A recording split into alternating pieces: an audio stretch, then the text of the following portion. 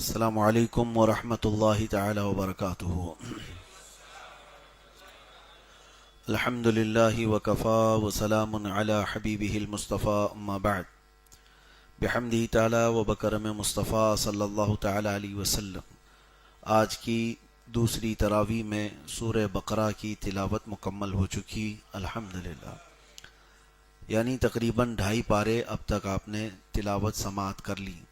اللہ تبارک و تعالی مکمل قرآن عظیم کو صحیح تجوید کے ساتھ ہمیں پڑھنے اور آپ سب کو سماعت کرنے کی توفیق عطا فرمائے۔ قرآن پاک کی جو صورتیں اور جو آیتیں ہم تلاوت کرتے ہیں، آپ کو اندازہ ہوگا پہلے ہم تفسیر قرآن بیان کرتے تھے تو 5 پارے بیان کرنے میں ہمیں 7 سال لگ گئے تھے۔ تو یہاں روزانہ 1 پارے کی پوری تفسیر کیسے مکمل ہو سکتی ہے؟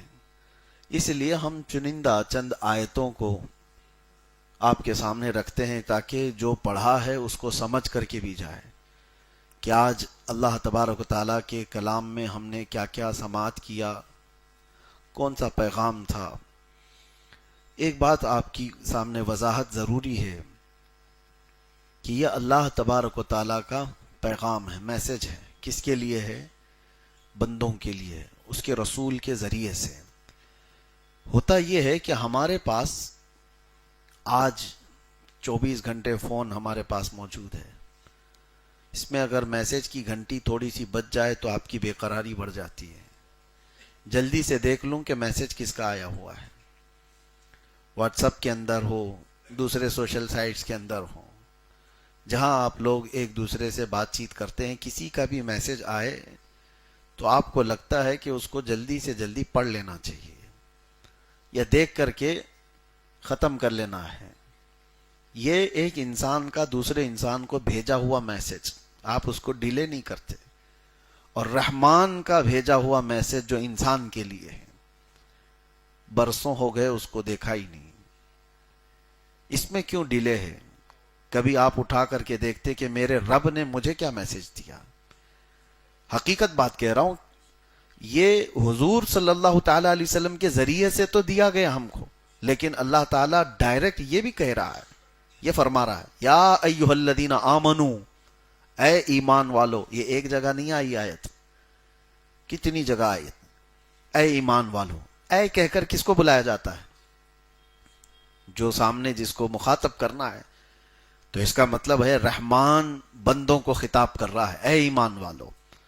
جہاں صرف انسانوں کو بھی بات کرنی ہے وہاں پر بھی اللہ نے فرمایا یا ایھا الناس، اے انسانوں، اعبدوا ربکم الذی خلقکم، اس رب کی عبادت کرو جس نے تمہیں پیدا کیا ہے۔ تو انسانوں کو بھی اللہ نے خطاب کیا اور ایمان والوں کو بھی خطاب کیا۔ تو جس کو میسج آ رہا ہے کم سے کم وہ تو دیکھے کہ میرے لیے کیا پیغام ہے، میرے لیے کیا میسج ہے۔ اب ایک اور بات میں آپ کو بتاتا ہوں، آج کی دنیا ہے اس کے لیے۔ مثال کے طور پر آپ ہندوستان میں رہنے والے ہیں، آپ کی زبان ہندی ہے، ہندی میں بول چال کرتے، ہندی سمجھتے ہیں۔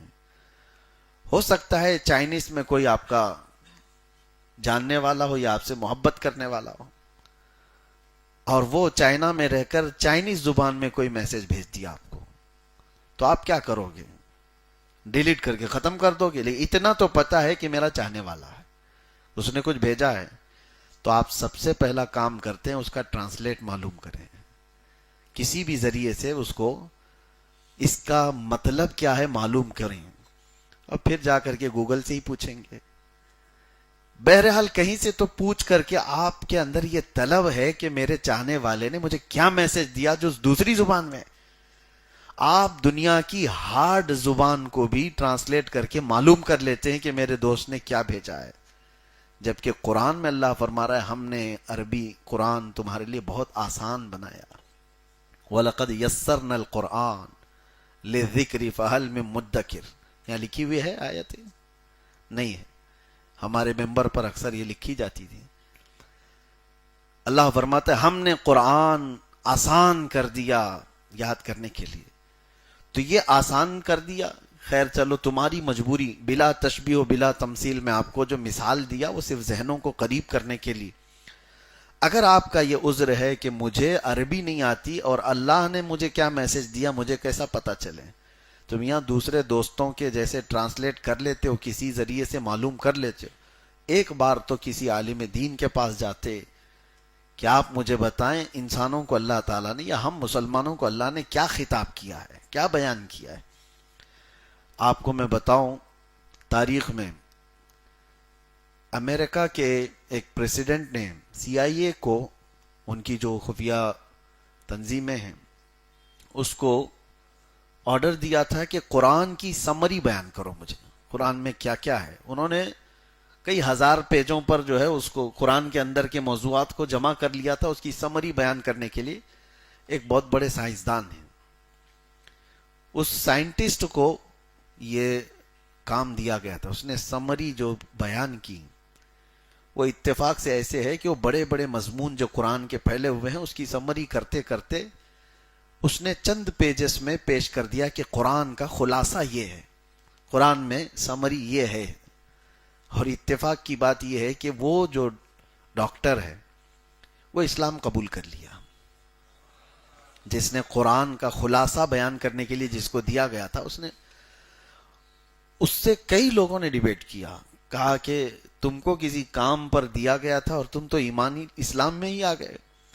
اس کے بعد زندگی بھر اس ڈاکٹر نے قرآن کی خصوصیات پر کئی کتابیں لکھی، کئی مضمون لکھے. ایک بار ایک یہودی بہت بڑے ڈاکٹر سے اس کا مکالمہ ہو رہا ہے. میں آپ کو بتا رہا ہوں، وہ یہودی جو ڈاکٹر ہے وہ لا کا ایک بڑا جانکار ہے، پروفیسر بھی ہے قانون کا.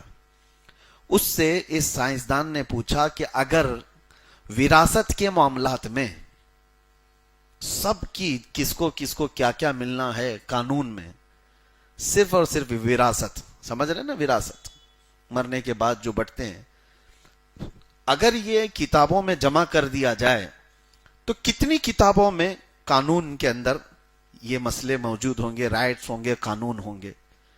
وکیل لوگ بھی جانتے ہیں کورٹ کے اندر اس کے بھی پورے قانون کی کتابیں موجود ہیں، لا ہیں، بیٹے کو کیا ہے، بیٹی کو کیا ہے، بہن کو کیا ہے، یہ ساری چیزیں. تو اس یہودی ڈاکٹر سے یہ سائنسدان نے پوچھا تو انہوں نے کہا 8 جلدوں میں لکھی جا سکتی ہے وراثت کے پورے مسائل کو، وراثت کے پورے مسائل کو 8 جلدوں میں لکھی جا سکتی ہے. تو یہ جو سائنسدان ہے جو اسلام قبول کیے وہ ہنس کر کے کہتے ہیں یہی تو ہے بات. میں قرآن کی سمری کرنے پر جب لگا تھا تو پورے جتنے رشتہ دار ہیں سب کی وراثت کے مسئلے ہیں قرآن میں صرف ایک پیج میں بیان کیے گئے، صرف ایک پیج میں. یوصیکم اللہ فی اولادکم للذکر مثل حظ الانثیین. یہ ایک پیج جو ہے اس میں ماں کا کیا حق ہے، باپ کا کیا حق ہے، دادا کا ہے، دادی کا ہے، نانا نانی، بھانجے بھتیجے، جتنے رشتہ دار ہیں سارے رشتہ داروں کا، اور کون ہوگا تو کس کا حق نہیں ملے گا یہ بھی بیان ہے. اور یہاں تک کہ صرف اور صرف 2 آیتوں میں بیان ہوا ہے. ایک پیج ہے قرآن کا لیکن 2 ہی آیتوں میں وراثت کے پورے مسئلے بیان ہو گئے. وہ حیرت میں ہو گیا. یہودی کہتا ہے وہ ڈاکٹر کہ کیا مذاق کر رہے ہو، اتنے شارٹ میں کون اتنے سارے مسئلے بیان کر سکتا ہے. تو یہ سائنسدان جو ایمان لائے ہوئے تھے انہوں نے قرآن کا ایک پیج لے جا کر کے رکھ دیا اور سمجھایا کہ اللہ تبارک و تعالیٰ نے کس طرح سے بیان کیا ہے کہ مرنے والے کا اگر فَإِن كَانَ لَهُ إِخْوَةٌ فَلِأُمِّهِ السُّدُسُ، اگر اس کا بھائی ہو تو ماں کو کتنا ملے گا، بھائی نہیں، اگر مرنے والے کے بھائی بہن نہ ہو تو پھر ماں باپ کو کتنا ہے. ساری تفصیلات آپ سوچ سکتے ہیں کہ ایک پیج میں سارے لوگوں کے حقوق بیان کر دیے گئے ہوں. یہ بات جب میں پڑھ رہا تھا تو میں آپ کو بتاؤں وراثت کے مسئلے ہم بھی پڑھے عالم کورس میں، تو یہ سیکنڈ لاسٹ ایئر میں ہم کو پڑھائے جاتے ہیں، علم الفرائض اس کو کہتے ہیں. اور یہ مسائل پڑھنے کے لیے ہم کو 6 مہینے لگتے ہیں، 6 مہینے سے سال بھر. اور سب سے ڈیفیکلٹ یہ حساب کتاب کے مسئلے ہوتے ہیں اس میں. یعنی کس کو کتنا ملے گا اور کون ہوگا تو کس کا حصہ جا سکتا ہے. مثال کے طور پر میت ہے زید، اس کے بیٹے بیٹیاں ہیں، تو پھر پوتے پوتیوں کو نہیں ملتا ہے، نواسوں کو نواسیوں کو نہیں ملتا، بیٹے بیٹیاں موجود ہیں تو کون ہو تو کس کو ملتا ہے، کون نہیں ہو تو کس کو نہیں ملتا. یہ ساری چیزیں ذہن میں رکھ کر کے برابر اس کے مسئلے لگانا، اس میں 6 مہینے. اور ایگزام میں آپ کو میں بتاؤں 3 گھنٹے کے ایگزام میں صرف 2 ہی سوال اس کے آتے ہیں. 2 سوالات جس کو 3 گھنٹے میں حل کرنا ہوتا ہے وہ بھی آدھا چھوڑ کر کے اٹھ جاتے ہیں. وراثت کے مسائل، اور اس پر پوری کتابیں لکھی ہوئی ہیں، پوری کتابیں موجود ہیں عالم کورس میں بھی. لیکن آج مجھے حیرت ہوتی ہے کہ یہ ساری تشریحات انسان کر رہا ہے، لا بنا رہے ہیں، کورٹ میں لڑے جا رہے ہیں، 8 جلدوں کی کتابیں موجود ہیں، اور ان تمام علوم کو اس رب العالمین نے صرف 1 پیج میں بیان کر دیا. یہ ہے قرآن کا اعجاز. قرآن کو کوئی سمجھ ہی نہیں سکے گا اس انداز سے کہ وہ عام انسانوں سے کمپیئر کرتا ہو. بہرحال تو میں قرآن پاک کی پورے پارے کی تفسیر آپ کے سامنے لے کر نہیں بیٹھا. چند آیتیں، جیسے آج دوسرے پارے کے شروع میں ہی اللہ تبارک و تعالیٰ نے اپنے حبیب کی شان بیان کی. الگ الگ انداز سے حضور کی شان آئی ہے. وہ کیسے کہ رسول پاک صلی اللہ تعالی علیہ وسلم جب مدینہ طیبہ میں موجود تھے، ایک محلہ ہے جہاں پر حضور ظہر کی نماز پڑھا رہے تھے، صحابہ پیچھے تھے. لیکن یہ وہ وقت ہے جب سارے مسلمانوں کا قبلہ بیت المقدس تھا. بیت المقدس فلسطین میں آج بھی ہے، مسجد اقصی، تو اس کی طرف منہ کر کے نماز پڑھ رہے تھے. بیت المقدس اس طرف ہے تو خانہ کعبہ اس کے اپوزٹ میں ہے، مدینے میں بالکل اپوزٹ سمتیں ہوتی ہیں. خانہ کعبہ ادھر ہے، بیت المقدس ادھر ہے. وہ پوری آیت کا خلاصہ میں آپ کے سامنے رکھ رہا ہوں. حضور نماز پڑھاتے ہوئے 2 رکعت ہو گئی تھی. حضور کے دل میں یہ خیال آیا کہ میرا قبلہ کعبہ ہوتا تو اچھا ہوتا. اور حضور کے دل میں یہ خیال آیا تو آپ صلی اللہ تعالی علیہ وسلم اپنا چہرہ آسمان کی طرف یوں اٹھا رہے تھے. ٹھیک ہے، بس بات اتنی ہوئی. 4 رکعت ظہر کی ہے، 2 رکعت ہو چکی ہے اور چہرہ آسمان کی طرف اٹھا رہے ہیں. اسی اسنا میں جبرائیل امین آیت لے کر نماز میں ہی آ گئے. جو آیتیں آج ہم نے پڑھی ہیں یہ نماز کی حالت میں جبرائیل امین آیتیں لے کر آئے. قد نرا تقلب وجهك في السماء، اے محبوب ہم آپ کا چہرہ آسمان کی طرف اٹھانا دیکھ رہے ہیں. فلنولینک قبلۃ ترضاها، ہم آپ کو اسی قبلے کی طرف پھیر دیں گے جس میں آپ کی رضا ہے. اس آیت کو اگر ترجمے کے اعتبار سے، مفہوم کے اعتبار سے اعلیٰ حضرت کے شعر میں سمجھنا ہو تو کلام اعلیٰ حضرت میں ایک شعر ملتا ہے، لوگوں کو سمجھ نہیں آئے. اعلیٰ حضرت فاضل بریلوی رحمۃ اللہ تعالی علیہ فرماتے ہیں، خدا کی رضا چاہتے ہیں 2 عالم. سارا عالم، سارے کائنات کس کی رضا چاہتے ہیں؟ آپ کس کی رضا چاہتے ہیں؟ خدا کی رضا چاہتے ہیں 2 عالم، اور خدا چاہتا ہے رضا محمد صلی اللہ علیہ وسلم. خدا چاہتا ہے رضا محمد. اللہ تبارک و تعالی اپنے حبیب کی رضا فرماتا ہے کہ ہم اس قبلے کی طرف آپ کو پھیر دیں گے جہاں آپ کی رضا ہے. قبلتن ترضاها فولی وجہک شطر المسجد الحرام. یہ تو بات چیت ہو رہی نا، اے رسول آپ کا چہرہ اٹھانا ہم دیکھ رہے ہیں اور ہم آپ کو اسی طرف پھیر دیں گے جس طرف آپ کی رضا ہے. ارے کوئی آرڈر آ رہا ہو تو اس سے پہلے یہ اعلان کر دیا جاتا ہے. مثال کے طور پر آپ نے کہا کہ یہاں پر یہ ہونا چاہیے، وہاں پر وہ ہونا چاہیے. آپ نے کہا ٹھیک ہے آپ کی خواہش ہے، ہم دیکھیں گے، آپ کے حساب سے ہی کریں گے. تو اس کا مطلب ہے کہ ہم کرنے کے لیے تیار ہیں. 1 دن لگ جائے، 2 دن لگ جائے، 8 دن کے بعد آپ کی پسند کے مطابق کر دیں گے. لیکن رسول کا معاملہ اپنے رب کے ساتھ ایسا نہیں ہے. اللہ فرما رہا ہے ہم آپ کا چہرہ اٹھانا دیکھ رہے ہیں اور ہم آپ کو اسی طرف پھیر دیں گے جس طرف آپ کی رضا ہے. لیکن اس میں دیر نہیں، فوراً آیت فولی وجہک شطر المسجد الحرام. دیر کس بات کی اے محبوب، ابھی آپ اپنا چہرہ کعبے کی طرف کر لیں. یہ نہیں کہ ظہر ہو جائے عصر سے آپ کا قبلہ بدل جائے گا، یا آج پورا کر لیجئے کل سے آپ کا قبلہ بدل جائے گا. نہیں، نماز کی حالت میں ہے حضور. 2 رکعت بیت المقدس کی طرف ہو چکی ہے، اللہ فرما رہا ہے ابھی کے ابھی آپ اپنا چہرہ خانہ کعبہ کی طرف کر لیں، اور یہ قبلہ بدل دیا گیا، اور اسی وقت حضور چہرہ پھیر لیے خانہ کعبہ کی طرف، اور جو پیچھے تھے وہ چل کر کے صحابہ حضور کے پیچھے آ گئے، اور ایک نماز میں یعنی سب چلے پھرے، جو صحابہ ظاہر سی بات ہے حضور کا چہرہ اگر پھر گیا تو مقتدیوں کے سامنے ہو گیا، تو مقتدی کیا آمنے سامنے ہوں گے؟ تو مقتدی سب وہ صحابہ تھے، حضور کے پیچھے آ گئے۔ مثال کے طور میں آپ کو بتاؤں، وہ صحابہ کو اسی لیے صحابہ کہا گیا، وہ عام دوست نہیں تھے ہمارے اور تمہارے کہ ان کو پوچھنا پڑے یہ کیا ہو رہا ہے۔ وہ رسول کو جانتے تھے، اگر ان کا چہرہ پھر گیا ہے تو ہمارا پورا دین ہی ادھر ہے۔ اس کی ترجمانی کرتے ہوئے اقبال کیا کہتا ہے، بمصطفیٰ برساں خیش کے دی ہماؤس، اپنے آپ کو رسول کے قدموں تک پہنچا لو، یہی دین ہے۔ صحابہ نماز کی حالت میں اچنبے کی بات ہوتی ہے، شاکنگ ہے کہ اچانک حضور اس طرف پھر گئے، ہمیں کیا کرنا ہے؟ نہیں، صحابہ چل کر کے حضور کے پیچھے آ گئے اور نماز مکمل ہو گئی۔ اب سنیے، اس میں کئی حکمتیں ہیں، میں آپ کو بتاؤں۔ 2 رکعت کے بعد پھر حضور نے اعلان فرمایا کہ قبلہ ہمارا بدل گیا، آج سے ہمارا قبلہ خانہ کعبہ ہوگا، اور قیامت تک مسلمانوں کا قبلہ خانہ کعبہ۔ اب سنیے، یہ صحابہ کرام، ان میں سے کسی کی نماز خراب نہیں، ٹوٹی نہیں۔ تم اور ہم اگر نماز میں چلیں تو نماز ہوگی نہیں، وہ رسول کی اطاعت میں تھے تو وہ بھی نماز میں ہی شامل ہے، حضور کی فرمان برداری میں ان کا چلنا پھرنا ہوا، وہ بھی عبادت میں ہی۔ اچھا، یہاں تک تو بات سمجھ میں آئی۔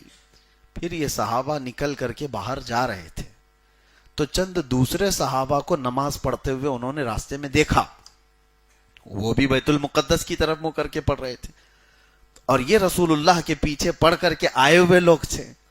راستہ چلتے ہوئے نماز کی حالت میں ہی ان صحابہ سے بھی انہوں نے کہا کہ ہم ظہر کی نماز حضور کے پیچھے پڑھ رہے تھے اور قبلہ بدل چکا ہے، اور ہمارا قبلہ بیت المقدس نہیں خانہ کعبہ ہو چکا ہے۔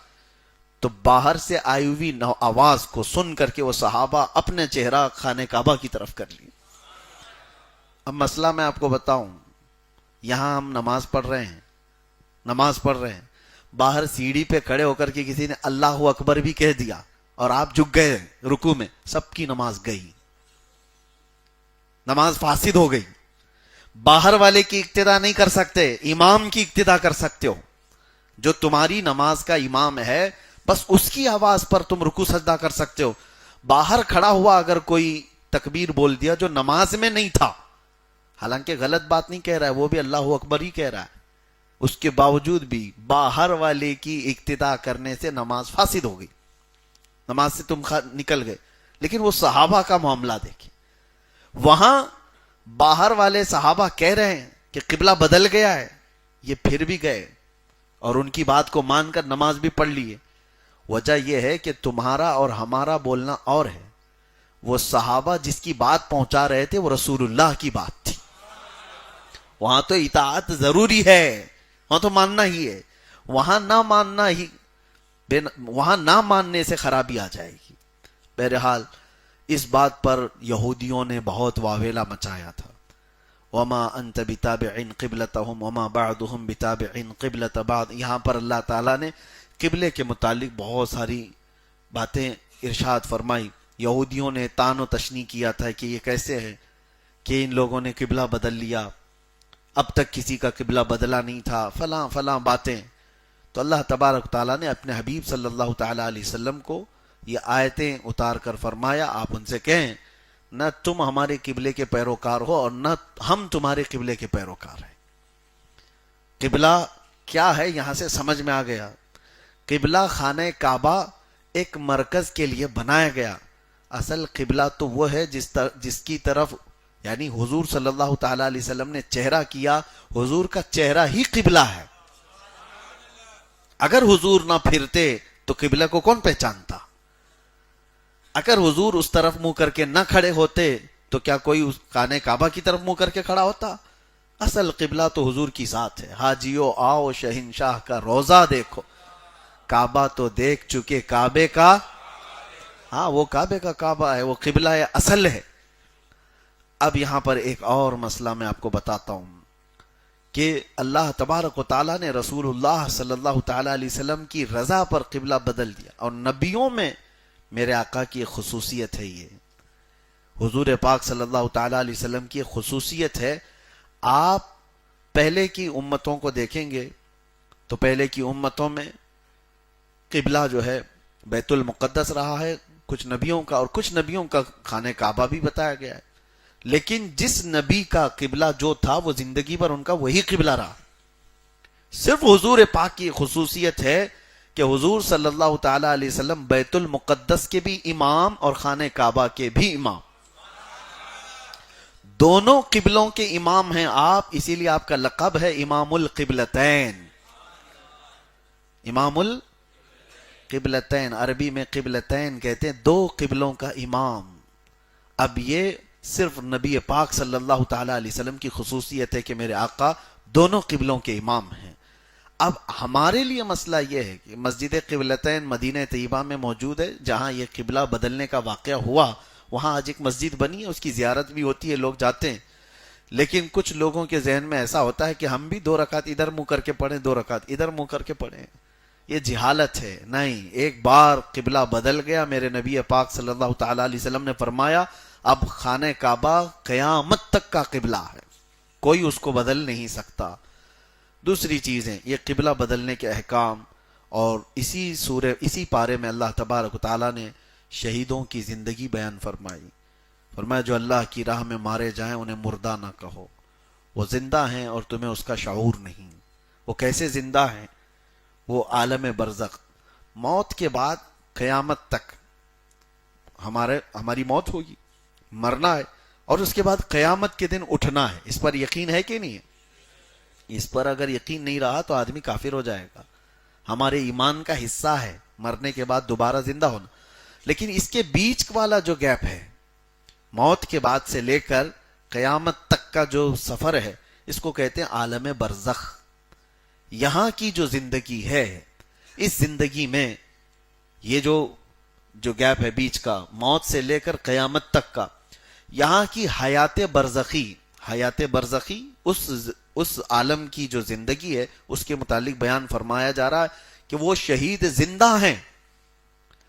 اب یہاں پر ایک سوال اٹھتا ہے کہ بعض لوگ اس چیز کو ڈینائی کرتے ہیں یوں کہتے ہوئے کہ ہم جب رسول اللہ کی زندگی کے بارے میں کہتے ہیں میرے آقا صلی اللہ تعالی علیہ وسلم وفات کے بعد بھی زندہ ہیں، حضور کی موت کے بعد بھی آپ صلی اللہ علیہ وسلم زندہ ہیں، تو وہ یہ کہتے ہیں کہ بھائی یہ برزخ کی زندگی ہے، برزخ کی زندگی ہے.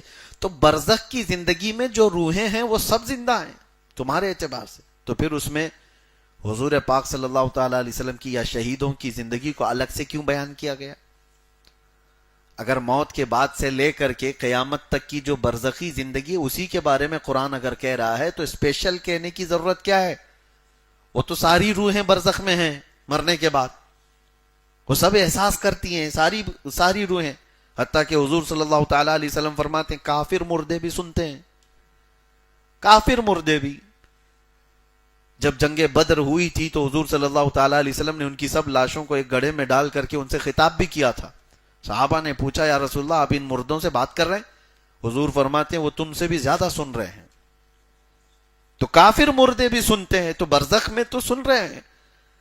تو شہیدوں کی زندگی کو اللہ نے الگ سے کیوں بیان کیا ہے کہ وہ زندہ ہیں تم انہیں مردہ مت کہو؟ مطلب یہ ہوا کہ برزخی زندگی میں بھی کچھ اسپیشلٹی اور ہے ان کی. وہ کیا ہے وہ میں بتانا چاہتا ہوں. برزخی زندگی میں جتنے بھی لوگ مرنے کے بعد قیامت تک جو موجود ہیں روحیں، وہ کسی کے ساتھ کچھ نہیں کر سکتے. یعنی وہ گئے ہیں واپس، انسانوں کے ساتھ کوئی ان کا معاملہ، کوئی ربط نہیں رہے گا. وہ دیکھ رہے ہوں گے، سن رہے ہوں گے. اس کے بارے میں تو حدیثیں ملتی ہیں کہ کافر مردے بھی سن رہے ہوں گے، دیکھ رہے ہوں گے، لیکن تمہارے ساتھ کچھ کر نہیں سکتے. سمجھ میں آ رہی بات؟ لیکن جو شہیدوں کی زندگی کو اللہ نے فرمایا ان کو مردہ مت کہو، مطلب یہ ہے کہ وہ عام مردوں کی طرح وہاں نہیں ہے، بلکہ وہ عالم برزخ میں اس حالت میں ہیں کہ اگر تمہیں ضرورت پڑی تو تمہاری مدد بھی کر سکتے. ان کی اسپیشلٹی یہ ہے کہ وہ کچھ اور زندگی کے ساتھ جی رہے ہیں. یہی زندگی کے قائل اہل سنت و جماعت ہیں کہ میرے آقا صلی اللہ تعالی علیہ وسلم اپنی وفات کے بعد بھی زندہ ہیں. زندہ ہیں کا مطلب عام لوگوں کی طرح برزخ میں زندہ نہیں، بلکہ حضور کی خصوصیت کچھ اور ہے کہ وہ دیکھ بھی رہے ہیں اور سن بھی رہے ہیں، اور ضرورت پڑے کسی کی تو مدد بھی کر رہے ہیں. یہ نقطہ آپ سمجھ کر کے چلیں، فرق ہے. اور اس کے بعد رب تبارک و تعالیٰ فرماتا ہے، یہ بہت اہم چیز ہے، آپ سن کے جائیں، وَلَنَبْلُوَنَّكُمْ بِشَيْءٍ مِّنَ الْخَوْفِ وَالْجُوعِ وَنَقْصٍ مِّنَ الْأَمْوَالِ وَالْأَنفُسِ وَالثَّمَرَاتِ. اللہ فرماتا ہے ہم ضرور تمہیں آزمائیں گے. کس سے؟ بھوک دے کر. بِشَيْءٍ مِّنَ وَلَنَبْلُوَنَّكُمْ بِشَيْءٍ مِّنَ الْخَوْفِ، پہلے ڈر سے، وَالْجُوعِ اور بھوک سے، وَنَقْصٍ مِّنَ الْأَمْوَالِ مال کو گھٹا کر کے تمہاری آزمائش ہوگی، والانفس والثمرات اور کبھی کسی کی جان لے کر کے، اور پھلوں کی کمی کر کے، یعنی اناج غلے کی کمی کے ساتھ. 5 چیزوں کا ذکر ہوا ہے. ڈر کے ذریعے سے آزمائش، ڈر اور خوف پھیل جائے گا تمہارے درمیان تو یہ تمہاری آزمائش ہے. بھوک یہ آزمائش ہے. اللہ تعالیٰ فرماتے ہم تمہیں آزمائیں گے بھوک سے. اور کبھی کسی کی وفات ہو جائے گھر میں، کسی کی جان چلی گئی تو یہ تمہاری آزمائش کا وقت ہے. کہا گیا ہے کہ اللہ تبارک و تعالیٰ فوراً فرشتوں کو بھیجتا ہے، اس گھر میں جاؤ، دیکھو اس کے بھائی کا انتقال ہوا، بہن کا انتقال ہوا، ماں کا یا بھائی باپ کا، وہ لوگ میرے بارے میں کیا کہہ رہے ہیں. فرشتے سب کی باتیں سن کر کے اللہ کی بارگاہ میں جاتے ہیں اور کہتے ہیں جو کہہ رہے تھے. یہ عورتیں جو ماتھا پیٹ رہی، نوحہ کر رہی، ماتم کر رہی، ان کی بھی باتیں پہنچائی جائیں گی. جو یہ کہتی ہیں کیا میرا ہی گھر ملا تھا اللہ کو، معاذ اللہ رب العالمین. یہ کفریہ الفاظ ہیں، آدمی کافر ہو جاتا ہے. اور یہ باتیں جب فرشتے رب تعالیٰ کے حضور کہتے ہیں تو اللہ تعالیٰ فرماتا ہے تم گواہ ہو جاؤ فرشتوں، انہوں نے میرے بارے میں جیسا گمان کیا اب میں ان کے ساتھ ویسا ہی سلوک کروں گا. دوسرے کچھ وہ گھر ہوں گے جو صبر والے، استقامت والے. فرشتے ان گھروں سے بھی جا کر کے اللہ کی بارگاہ میں یوں کہیں گے کہ رب تعالیٰ ان کے گھر میں ان کے بھائی کی موت ہوئی، ماں کی یا بیٹی کی، کسی کی موت ہوئی، لیکن ہم ان کے گھر گئے تھے تو وہ صرف اتنا کہہ رہے تھے انا للہ و انا الیہ راجعون. ان کے ہاں شکایتیں نہیں تھیں. تو رب تعالیٰ فرماتا ہے فرشتوں تم گواہ ہو جاؤ، ان کے گھر سے میں نے ایک جان لیا، اس سے بہتر نعمت ان کو ان کے گھر میں عطا کروں گا. ان کو نعم البدل دیا جائے گا. بیماری پر بھی فرمایا گیا بیمار بندہ کیا کہتا ہے، فرشتے سن کر اللہ کی بارگاہ میں عرض کرتے اگر صبر و استقامت کی باتیں کر رہا تھا تو رب تعالیٰ فرماتا ہے فرشتوں اس سے بہتر خون اس کے جسم میں دوں گا، اس سے بہتر گوشت اسے عطا کروں گا. بیماری، یہ صبر اور یہ آزمائش کے وقت ہوتے ہیں. یہ ہمارے لیے بولنا بہت آسان ہے، پریکٹیکلی بہت مشکل ہو جاتا ہے. میں نے ایک آیت جو ہم ہمیشہ پڑھتے ہیں ان مع العسر، یہ آیت 2 بار آئی ہے، ان مع العسر یسرا، سورہ علم نشرہ میں ہے، جس کا مطلب ہے ہر تکلیف کے بعد ایک آسانی نہیں 2 آسانی ہیں. مفسرین نے فرمایا یہ آیت 2 بار آئی ہے، ہر تکلیف کے بعد 2 آسانیاں ہیں. تم تکلیف میں نہیں ہو، سمجھ میں نہیں آ رہا ہے، جس پر تکلیف ہوتی ہے اس سے جب کہا جائے تو جھنجلا جاتا ہے کہ کب آئے گی وہ. میں یہی آیت جیل میں ایک قیدی کے سامنے پڑھ رہا تھا، 22 سال سے وہ اندر ہے اور بغیر کسی جرم کے،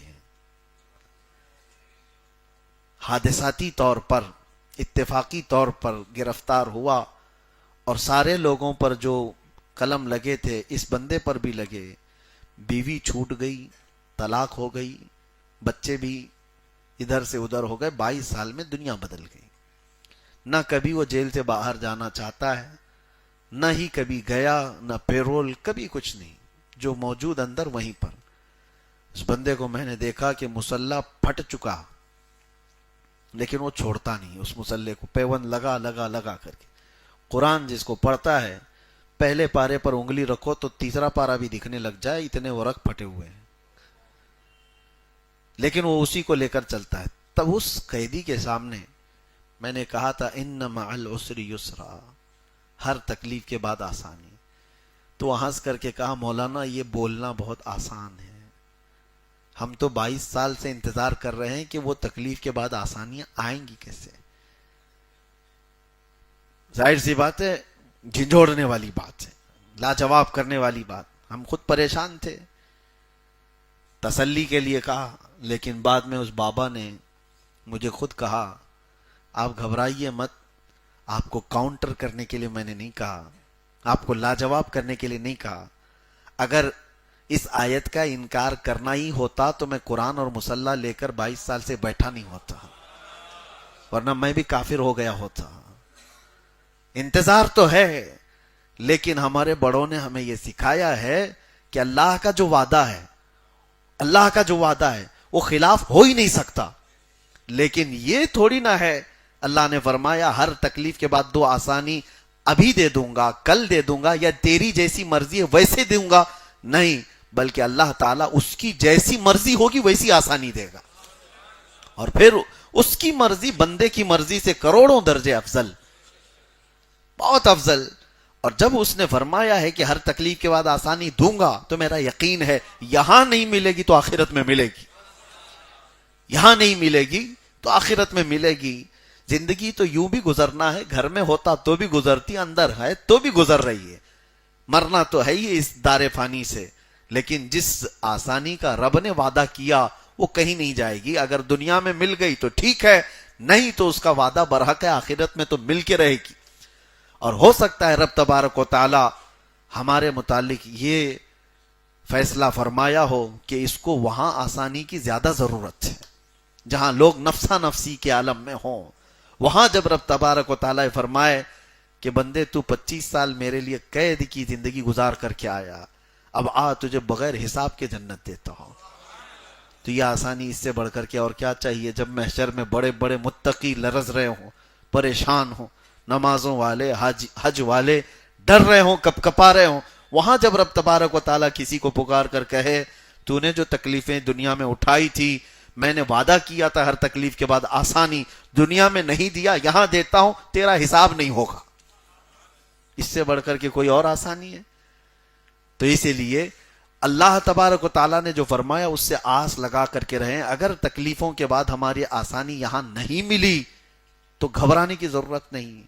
کہاں ہے قرآن کا وعدہ نہیں آتی آسانی، پریشانی کی پریشانی، پریشانی کی پریشانی، صبر رکھو.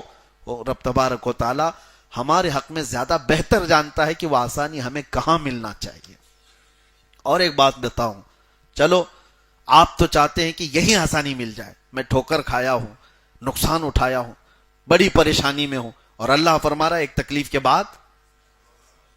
کے بعد 2 آسانی اللہ نے دے دیا. یہاں پر تم کو 2 آسانیاں نہیں 4 آسانیاں دے دیا، مال بھی دے دیا، انعام بھی دے دیا. تمہیں اگرچہ سمجھ میں نہیں آ رہا ہے، تکلیفوں کے بعد اللہ تعالیٰ نے آسانی دیا ہے، لیکن تمہیں اگر لگ رہا ہے کہ نہیں ملی ہے تو سوچو جس وقت موت کے بعد قبر کی زندگی شروع ہو اور قبر میں سخت گیر فرشتے آ جائیں اور پھر نمازوں کا، روزوں کا، ساری چیزوں کا ہمارے سامنے کھول دیا جائے، پھر عذاب کے لیے وہ فرشتے تیار کھڑے ہوں، اس وقت مجھے بتاؤ اگر یہ اعلان ہو جائے کہ فرشتوں ہٹ جاؤ، اس کی تکلیفوں کے ہر تکلیف کے بدلے 2 آسانیاں میں قبر میں اس کو دے رہا ہوں، تو بتاؤ اس سے بہتر جگہ تمہیں اور کوئی ہے؟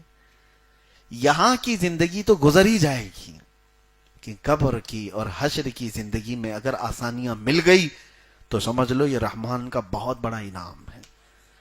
اور اسی لیے دعا یہ کرو کہ اللہ تبارک و تعالی، ہاں یہ حدیث میں ہے، کچھ بندے ایسے ہوں گے قیامت کے دن اللہ تعالیٰ فرمائے گا پہاڑ جیسی اس کی کچھ نیکیاں، اسے کہا جائے گا یہ تیرا ہے، وہ کہے گا اتنی نیکیاں تو کیا نہیں تھا مولا میں. تو رب تعالیٰ فرماتا ہے تو روزانہ دعا مانگتا تھا اور تیری ہر دعا میں نے دنیا میں دی نہیں، لیکن جتنی تو نے مانگا وہ سب میں نے آخرت کے لیے جمع کیا تھا، اور یہ وہ ہیں جو میں نے تجھے دنیا میں نہیں دیا تھا وہ سب یہاں پر ہے، یہ لے جا اور جنت میں داخل ہو جا. سنو حدیث پاک میں میرے آقا فرماتے بندہ یہ تمنا کرے گا اے اللہ کاش دنیا میں میری کوئی دعا قبول نہیں ہوتی، سب کا سب آخرت میں ملتا تو آج میں یہاں آخرت میں بادشاہ بن کر جا رہا ہوتا. تو بہرحال صبر ضروری ہے. یہ دو چیزیں. اب یہی وقت گزرتا چلا جاتا ہے, ہم ایک آیت کو بھی تفصیل سے بیان نہیں کر پاتے. ایک آیت ہے, اللہ تعالیٰ فرماتا انما حرم علیکم المیتۃ والدم ولحم الخنزیر وما اہل بہ لغیر اللہ. 4 چیزوں کے حرام ہونے کا ذکر یہاں پر قرآن میں آیا ہے. اللہ فرماتا ہے بے شک اللہ تعالیٰ نے تم پر حرام کیا ہے مردہ کھانا.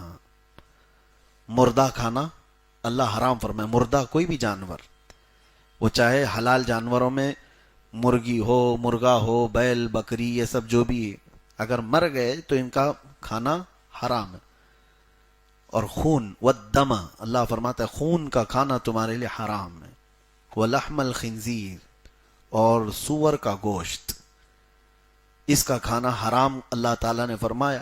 وما اہل بہ لغیر اللہ, اور جو اللہ کے علاوہ کسی دوسرے کے نام پر چھوڑے گئے ہوں, کسی بھی نام پر اللہ کے علاوہ دوسرے نام پر ذبح ہوا ہو, دوسرے کے نام پر چھوڑا گیا ہو, تو ایسا جانور کھانا بھی آپ کے لیے اللہ نے حرام فرمایا. 4 چیزوں کا ذکر آیا ہے اور ان کے نقصانات اتنے زیادہ ہیں.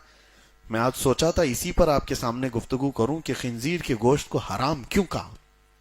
کبھی آپ نے ریسرچ کیا ہو تو معلوم ہوگا خنزیر کے اندر جتنی شہوت ہے وہ دنیا کی سب سے غلیظ, وہ ایسا جانور ہے غلاظت میں رہتا اور غلاظت کھانا اس کے لیے نارمل چیز. اور جس جانور کو بندہ کھاتا ہے اس کی حرکتیں اس کے اندر آنے لگتی ہیں. اسی لیے انگریزوں میں شہوت زیادہ ہے, وہ عیاش اوپن رہنے والے. خنزیر کا اور سور کا گوشت کھانے کی عادت وہاں بہت زیادہ ہے. اب مسئلہ ہمارے لیے یہ ہے کہ اللہ تبارک و تعالیٰ نے جن چیزوں کو حرام فرمایا وہ چیزیں دنیا ہمارے سامنے پروس رہی ہے, اور تمہارا بچنا اتنا مشکل ہو گیا ہے. میں سوچتا ہوں کبھی کبھار لوگ آج ہلکے میں لیتے ہیں کھانے پینے کی چیزوں کو, جو بھی باہر دکھا اس کو آرڈر کر لیا اور کھا لیا. چکن یہ جہاں سے آ رہا ہے, کہاں سے آ رہا ہے تمہیں کچھ پتا؟ مری ہوئی مرغیاں کتنی بیچی جاتی ہیں, یہ تو سب کو پتا بھی ہے. مری ہوئی مرغیاں خریدنے والے لوگ موجود ہیں, بیچنے والے لوگ موجود ہیں جنہوں نے ہمیں خود بتایا ہے. اور یہ راستے پر بکنے والی بہت ساری چیزیں ہیں, لوگوں کو ایسا لگتا ہے چکن فرائیڈ رائس, چکن شاورما, بس یہ زبان کی لذت ہے جو اس کو حرام کاریوں پر ابھارتی. اور جب حرام لقمے اس زبان سے اندر جاتے ہیں تو یہاں تک فرمایا گیا کہ انسان کے اندر بے حیائی اور برائیاں بڑھ جاتی ہیں, اور یہاں تک کہ قریب ہوتا ہے کہ وہ کفر اور اسلام کے بیچ میں آ جاتا ہے. وہ ہر گناہ کو, ہر برائی کو ہلکے میں لینے لگ جاتا ہے. کیوں؟ حرام روزی اس کے اندر جا رہی ہے. خاص طور پر اس کا یہ 4 چیزیں. اور قرآن میں اللہ نے فرمایا خون کا کھانا حرام ہے. کبھی کبھار یہ دیکھا گیا ہے کہ لوگ جو ہے دیہاتوں میں تو خون قصاب لوگ جمع کرتے ہیں ایک کھٹوری میں, اور وہ کلیجی کی طرح بن جاتا ہے, اور اس کو بھی بیچتے ہیں اور اس کو بھی کھاتے ہیں, اس کو بھی بناتے ہیں. معاذ اللہ رب العالمین, یہ سخت حرام ہے. اور یہ تو چلے آپ کو گھن لگ رہی ہے کہ لوگ کیسے کھٹوری میں خون کو جمع کر کے اس کو کلیجی کی طرح بنا کر کھا لیتے ہیں, لیکن بسا اوقات یہ دیکھا گیا ہے کہ گوشت کے اندر بھی خون لگا رہ جاتا ہے. چکن میں بھی, مرغی کے گوشت میں بھی, اور کئی گوشت میں بھی ایسی کہ ذبح کرنے کے بعد جو بہہ گیا خون, لیکن کچھ خون جمع رہ جاتا ہے اگر وہ کافی بڑی مقدار میں, اور ویسے ہی اس کو پکا لیا تو اس نے حرام پکایا ہے. عورتوں کو بھی چاہیے کہ خوب اچھی طرح سے گوشت کو دھلا جائے کہ وہ بچے ہوئے خون کے اثرات بھی اس کے اندر نہ موجود ہو. 2 چیزیں ہو گئی, خون کا اور مردار کا. اور خنزیر کا گوشت, اس کو آج اتنا عام کر دیا گیا ہے یورپ میں, ویسٹرن کنٹریز میں اس کو عیب بھی نہیں سمجھا جاتا پورک, اور اس کو الگ الگ کوڈ کے ذریعے سے دنیا بھر میں پھیلایا جاتا ہے. اب اس کی چربی کا الگ استعمال ہے, اس کی ہڈیوں کا الگ استعمال ہے, اس کی جلد کا, اس کی سکن کا الگ استعمال ہے. تو خنزیر کا استعمال, اس کی فارمنگ دنیا میں سب سے زیادہ کی جاتی ہے. چکن کی فارمنگ تو بہت بعد میں کی جانے لگی, لیکن خنزیر کی, سور کی فارمنگ بہت پہلے سے ہو رہی ہے, اور اس کو بہت بڑے پیمانے پر اس کی فارمنگ ہوتی ہے اور اس کو پروسا جاتا ہے. حضرت سیدنا عبد القاہر بغدادی رضی اللہ تعالیٰ عنہ، آج سے تقریباً 700 سال پہلے کے بزرگ ہیں، ان کی کتاب ہے. انہوں نے بہت سارے آگے کی باتیں ہیں جس کو آپ سمجھتے ہیں بھوشمانی کہتے ہیں. کچھ علماء نے اپنے علم کے ذریعے سے، کشف کے ذریعے سے پریڈکشن کیے ہوئے ہیں. اس میں سے حضرت عبد القاہر بغدادی کی بات میں پڑھ رہا تھا. انہوں نے کہا کہ ہند کے مسلمان ایک وقت آئے گا جب وہ خنزیر کھایا کریں گے. حیرت ہوتی ہے. اور میں یہ ٹاپک پر آج سے تقریباً 8 سال پہلے بیان کر چکا ہوں، اور اس پر بھی چکن پولیٹری والوں نے ہم کو نوٹس بھی بھیجا ہوا ہے کہ آپ نے چکن کو لے کر کے اتنا بولا ہے تو ہمارے بزنس پر اس کو فرق پڑتا ہے. تمہارا حرام بزنس گیا بھاڑ میں.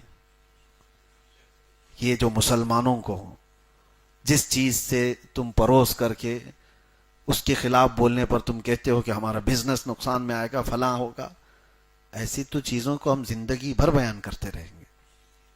ہم ہے ہی اس چیز کے لیے کہ مسلمان کو حرام کھانے سے بچائیں. کئی ایسے علاقے ہم نے سنے پیزا اور برگر کے، وہاں پر خنزیر کا گوشت اس میں عام طور پر پروسا جاتا ہے. ہونا کیا چاہیے؟ اب آپ ڈرے تو ہیں، لیکن میرے عزیزو اتنا احتیاط رکھو اپنے کھانے پینے میں، اتنا احتیاط رکھو کہ باہر کے کسی بھی سورس سے آنے والی چیز بغیر تحقیق کے آپ نہ کھائیں. جب تک آپ کو اس کے حلال ہونے کا یقین نہ ہو تب تک آپ نان ویج کو نہ ہاتھ لگائیں. آج کے دور کی آپ کے لیے سب سے بڑی ضرورت ہے. ایک بار کسی کے پیٹ میں حرام لقمہ جاتا ہے تو اس کی نسلوں پہ بھی اثر کرتا ہے. گھر تو گھر، اس کی نسلوں پہ بھی اثر کرتا ہے. بے ادب بچے، بدتمیز بچے پیدا ہوتے ہیں. رزق حرام ہوتا ہے. تو اس چیز کا لحاظ رکھیں. کھانے پینے میں ہمارے حلق سے اترنے والی چیز، گوشت کھانا واجب اور فرض نہیں ہے. فرض نہیں ہے. ہاں، بغیر اس کے زندہ بھی رہ سکتا ہے آدمی.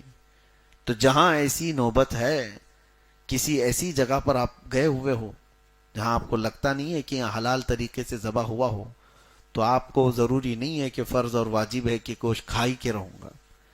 لوگ اتاولے ہو جاتے ہیں کہ ہاں یہ نان ویج نہیں مل رہا ہے تو کیسے چلے گا. کیوں نہیں چلے گا؟ کیسے نہیں چلے گا؟ کچھ لوگ بیڑی سگریٹ والے جو بولتے ہیں کہ نہیں 1 گھنٹے بھی نہیں رہ پاتے ہیں، میں ان سے پوچھتا ہوں پھر سحری سے افطاری تک کیسے رہتے ہیں؟ بغیر اس کے رہتے ہیں. نظام تم نے دماغ میں بنایا ہے. اللہ نے جسم کو ایسا بنایا ہے کہ تم چاہو تو اس کو اپنے ہاتھ میں رکھو. تم جس طرح سے اس کو ٹریننگ دیتے ہو یہ جسم ویسا ہی قبول کرتا ہے. تو کھانے پینے میں احتیاط یہ بہت ضروری ہے. اور اخیر میں اللہ نے فرمایا وَمَا أُهِلَّ بِهِ لِغَيْرِ اللَّهِ، اور جو اللہ کے علاوہ دوسرے کے نام پر چھوڑے ہوئے جانور ہیں ان کو بھی کھانا حرام ہے. اب یہ آیت جو ہے اس کو کچھ وہابی لوگ ہمارے اوپر بھی فٹ کرتے ہیں. کہتے ہیں دیکھو قرآن میں یہ فرمایا گیا اللہ کے علاوہ دوسرے کے نام پر چھوڑے ہوئے جو جانور ہیں ان کو کھانا حرام ہے. تو سنی لوگ غوث پاک کے نام پہ بکرے چھوڑتے ہیں، غریب نواز کے نام پر بکرا ہے. یہاں میں آپ کو بتاؤں فرق کیا ہے. کفار و مشرکین کے بارے میں یہ کہا گیا ہے کہ جب وہ ذبح کرتے تھے تو اپنے دیوی دیوتاؤں کے نام پر بلی چڑھاتے تھے، ان کے نام پر کاٹتے تھے. اس کی حرمت قرآن میں بیان کی گئی. اگر کسی بکرے کو بزرگوں کے نام پر ایسی چھوڑا گیا ہے تو صرف اس کو نسبت دی گئی ہے، لیکن جب ذبح کیا جاتا ہے تو بسم اللہ ہی. ہاں، کبھی غوث پاک کا نام لے کر ذبح نہیں کریں گے. غریب نواز، ارے ہم تو حضور صلی اللہ علیہ وسلم کا نام لے کر کے بھی ذبح نہیں کر سکتے، کسی کا نہیں. ذبح کرنے کے لیے صرف اور صرف اللہ کا نام. تو آیت میں اللہ نے یہ بیان فرمایا ہے جو اللہ کے علاوہ دوسرے کسی کے نام پر ذبح کیے ہوئے ہوں، حلال کیے گئے ہوں، حلال کر مطلب ذبح کیے گئے ہوں، ان جانوروں کا کھانا حرام ہے. اور بیچارے کچھ لوگوں نے ہمارے اوپر فٹ کیا ہے. غوث پاک کے نام پر یہ لوگ چھوڑے ہوئے ہیں، غریب نواز کے نام پر چھوڑے ہوئے ہیں. ان کو پتہ نہیں ہے یہ خود بھی جو ہے اگر اس طرح سے دیکھا جائے تو بکرے تو بہت سارے لوگوں کے نام پہ چھوڑے ہوئے ہیں. اب مثال کے طور پر کسی نے خرید کر آپ بکرا خرید کر کے لائے تو یہ تو نہیں کہیں گے نا کہ ڈاکٹر کا بکرا ہے. یہ تو کہیں گے یہ تو احمد کا بکرا ہے, زید کا بکرا ہے, خالد کا بکرا ہے. نام تو دیا نا, جس کا بکرا ہے اس کا نام دیا. تو بیچارے یہ وہاں بھی بولیں گے کہ یہ احمد کا بکرا حرام ہو گیا, خالد کا بکرا حرام ہو گیا کیونکہ اس کے نام پر آ گیا. تو دیونار کے سارے بکروں کو کہو اللہ کے بکرے ہیں, یہ نہیں کہیں گے. اور دوسرے یہ تو نام کے بکرے ہو گئے, اور کچھ تو ہوتے ہیں راجستھانی بکرا, پنجابی بکرا, یو پی کا بکرا, تو پھر علاقے کا بھی نام دے دیے تو بھی بکرا حرام ہو جائے. اس کا مطلب سمجھو کہ بکرے کو یا کسی بھی جانور کو کسی غیر کے نام پر ذبح کیا گیا تب وہ حرام ہے. زندگی میں اس کو نسبت دی گئی ہے تو کوئی حرج نہیں, بلکہ وہ نسبت دینے سے ممتاز ہو جاتے ہیں. بزرگوں کے نام سے اگر کسی جانور کو نسبت بھی مل جاتی ہے تو وہ ممتاز ہوتے ہیں. قرآن میں اس کا ذکر ہے, اصحاب کہف کا کتا. ہاں, اصحاب کہف کا کتا, جو اصحاب کہف کے ساتھ کتا چلتا رہا, ان کے ساتھ غار میں جا کر سویا بھی, حدیث میں ملتا ہے کہ جانوروں کو قیامت کے دن معدوم کر دیا جائے گا, ختم کر دیا جائے گا, لیکن اصحاب کہف کا کتا ان کے ساتھ جنت میں بھی جائے گا.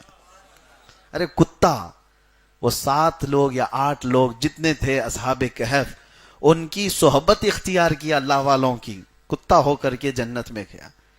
اور پھر آپ سوچئے انسان ہو کر اگر اولیاء کی صحبت اختیار کرے تو کیا اس کو اس نسبت کی برکت نہیں ملے گی؟ ہاں, اسی لیے امام اہل سنت فاضل بریلوی رحمۃ اللہ تعالی علیہ کا یہ شعر سمجھو. آپ نے غوث پاک کی طرف نسبت کرتے ہوئے کیا کہا تھا, کیا دبے جس پہ حمایت کا ہو پنجہ تیرا. یعنی سرکار غوث پاک آپ کا پنجہ, یہ پنجہ ہوتا ہے, ہاں, کیا دبے جس پہ حمایت کا ہو پنجہ تیرا. سرکار غوث پاک آپ کا پنجہ جس کے پیٹھ پر ہو, آپ کی حمایت جس کے ساتھ ہو, وہ دب کیوں سکتا ہے؟ وہ کبھی کسی سے دبے گا نہیں, دبے گا. کیوں؟ ایک واقعہ بتاتے ہوئے اعلیٰ حضرت کہتے ہیں, شیر کو خطرے میں لاتا نہیں کتا تیرا. خطرے میں لاتا نہیں مطلب ڈینجر کا مطلب نہیں ہے, خطرہ خاطر میں لاتا نہیں, یعنی دل پہ ذرا برابر پرواہ بھی نہیں کرتا کہ سامنے شیر کھڑا ہے. کون؟ دربار غوث کا کتا. واقعہ تھا کہ آپ کے دربار پر ہڈیاں کھا کر پلنے والا ایک کمزور کتا سرکار غوث پاک رضی اللہ تعالیٰ عنہ کے ہاں, اور لنگر کا کھا کر کے پلتا تھا. اس محلے میں حضرت احمد جام ایک بزرگ تھے بغداد کے, وہ شیر کی سواری کرتے تھے, اور وہ جس محلے میں جاتے تھے ایک گائے کی قربانی دینی پڑتی تھی. باری باری ان کا شیر جاتا تھا. غوث پاک کے محلے میں جب پہنچا تو انہوں نے قاصد بھیجا کہ جاؤ ان کے لنگر سے ایک گائے لے کے آؤ ہمارے شیر کے لیے. لوگ آئے, غوث پاک سے کہا, آپ نے منع نہیں فرمایا, کہا لے جاؤ لنگر سے ایک گائے ان کے شیر کے لیے. لے کر کے گئے. اب میں یہاں گائے کا ذکر کر رہا ہوں, کہیں اس کو کنٹروورشل نہ بنا دیا جائے. ہاں بھائی, وہ شیر کھا رہا تھا, تو شیر کے لیے وہاں بھیجا جا رہا تھا, ہمارے لیے نہیں ہے. تو غوث پاک رضی اللہ تعالیٰ عنہ نے لنگر سے گائے کو بھیج دیا, لیکن ساتھ میں وہی کمزور کتا بھی پیچھے پیچھے چل پڑا. وہ چلا, اور اس کے بعد جیسے ہی بھوکا شیر گائے پر جھپٹ رہا تھا, دم زدن میں دنیا نے دیکھا کہ یہ لاغر کمزور کتا چھلانگ لگا کر اس شیر پر حملہ آور ہوا اور دم زدن میں 2 ٹکڑے کر کے رکھ دیا. کبھی ہوتا ہے ایسے؟ شیر کو یہ کتا پھاڑ کر کے رکھ دیا. احمد جام جو بزرگ سواری کرتے تھے وہ کھڑے ہو گئے, دیکھنے لگے کہ ایک لاغر اور کمزور کتا میرے شیر کو شکار کر گیا. پھر پوچھا یہ کہاں کا ہے؟ لوگوں نے بتایا دربار غوث کی ہڈیوں پر پلتا ہے. اب یہی بات ہے, یہ نسبت کی بات ہے. تم یہ مت دیکھو کہ یہ کمزور ہے, لاغر ہے, یہ دیکھو کہ نسبت کہاں سے رکھتا ہے. ہم بھی اسی لیے فخر سے کہتے ہیں یا سرکار غوث پاک کی بارگاہ میں تجھ سے در، در سے سگ، اور سگ سے ہے مجھ کو نسبت، میری گردن میں بھی ہے دور کا ڈورا تیرا، اس نشانی کے جو سگ ہیں نہیں مارے جاتے، حشر تک میرے گلے میں رہے پٹا تیرا۔ اللہ تبارک و تعالیٰ یہ نسبتیں سلامت رکھے۔ تو آیت میں جو بتا رہا تھا اس میں 4 کا ذکر تھا کہ مردہ کھانا، خون کا کھانا، سور کا گوشت کھانا، اور اللہ کے علاوہ کسی دوسرے کے نام پر ذبح کیا ہوا کھانا یہ حرام ہے۔ اس کی حکمتیں بہت زیادہ ہیں، وہ ایک شارٹ ٹائم میں بیان کرنا پاسبل بھی نہیں، ممکن نہیں ہے۔ بہرحال ان چیزوں سے بچیں، رزق کا خاص طور پر اہتمام ہو۔ آج کے دور میں دیکھ نہیں رہے لوگ پیشاب کی پولیتھین بیچنے پر آ گئے، ہاں گائے کا پیشاب بیچ رہے ہیں کہ نہیں بیچ رہے ہیں، اور وہ بھی بڑے اچھے ایڈورٹائز کے ساتھ، اور یہ گوبر بھی بیچ رہے ہیں، یہ پتہ نہیں یہاں پر ہی ہے، اور لوگ اس کی بھی تعریف میں ایڈورٹائز کرنے والے لوگ کیسے آتے ہیں، معاذ اللہ۔ یہ اس کو دھارمک بنا کر کے جس طرح سے حالات ایسے بدل گئے ہیں تو کل کو ہمارے بچوں کے لیے یہ سب چیزیں کامن نہ بن جائیں، یہ سب چیزیں عام نہ ہو جائیں، اسی لیے ڈراؤ کہ حرام روزی کی طرف تمہارا ہاتھ بھی نہیں جانا چاہیے۔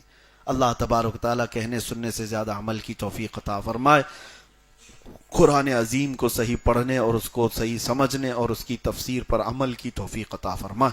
وآخر دعوانا ان الحمد للہ رب العالمین۔ السلام علیکم۔